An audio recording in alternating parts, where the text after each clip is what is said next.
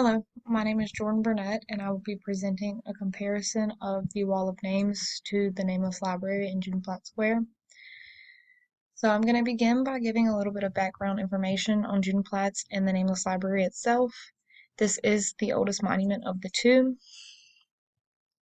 The ideas for a memorial came from Austria when they decided they wanted to recognize the history behind Judenplatz. This was the headquarters of the Hitler Youth, and it provided remains of a medieval synagogue. So initially, they wanted to put up a wall with names of victims in this location, but this idea was turned down because only about half of the names were known at this time. So instead, Austria invited 9 national artists to propose ideas for the monument, and they officially selected the work of Rachel Whiteread on January 24th, 1996, and she is the one who proposed the ideas of the Nameless Library. So soon after the selection occurred, conflict began over the excavation of the synagogue and the fact that the memorial would be covering up these artifacts. But Austria did come to a compromise with everyone and decided to make the remains of the synagogue accessible through the restored Mizrachi House, and the memorial was finally unveiled on October 25th, 2000. If you look to the right, you can see the rows of the books, but you also can see that you cannot see the spines of the books. So I have a little bit of characteristics included. It's a pretty simple concrete library.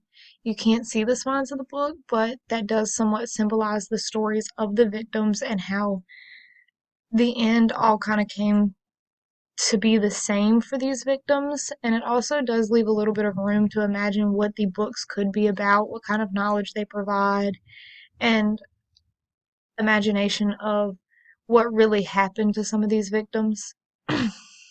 There is no entrance or exit of the library, so it's also kind of meant to resemble the way that the Jews felt and the trapped feeling that they were experiencing during the Holocaust. So I'm going to go on to a little bit of background on the Wall of Names.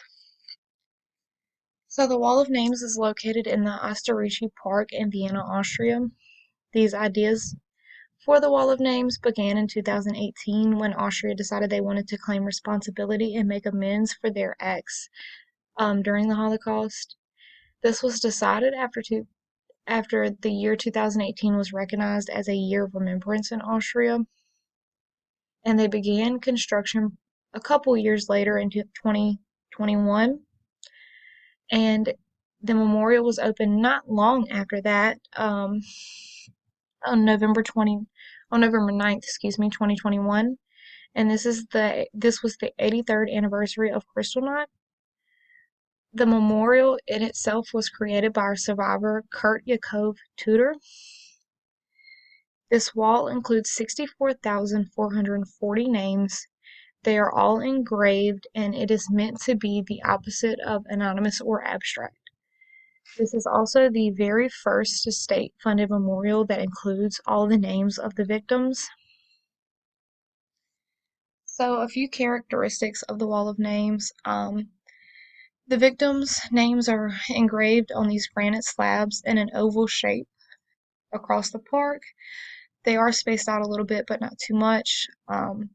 There were 160 of these large slabs, and it includes 64,404 names across all 160 slabs. It's a pretty simple memorial, but it addresses the atrocious acts that occurred as well as the victims, and it also gives back a little bit of dignity for the victims, gives them some recognition, and allows their names to be seen by any viewer. So a little bit of compare and contrast. Both initially wanted the names, but because the names were not provided at the time the Judenplatz Square Memorial was put in place, they never received a memorial with names, and that's where the Wall of Names actually comes from. So both of these memorials are very different. One is meant to be very direct, while the other is more so about the viewer's perspective and leaves a little bit more to the imagination of the viewer. The Nameless Library does not mention victims directly, And the Wall of Names was meant to memorialize the victims, whereas the Nameless Library is more so a place to remember the Holocaust as an event. And I've also attached my citations if you would like to read any of these articles. They were all very, very informative. But I'm going to scroll back up to the top so you can see the pictures of both.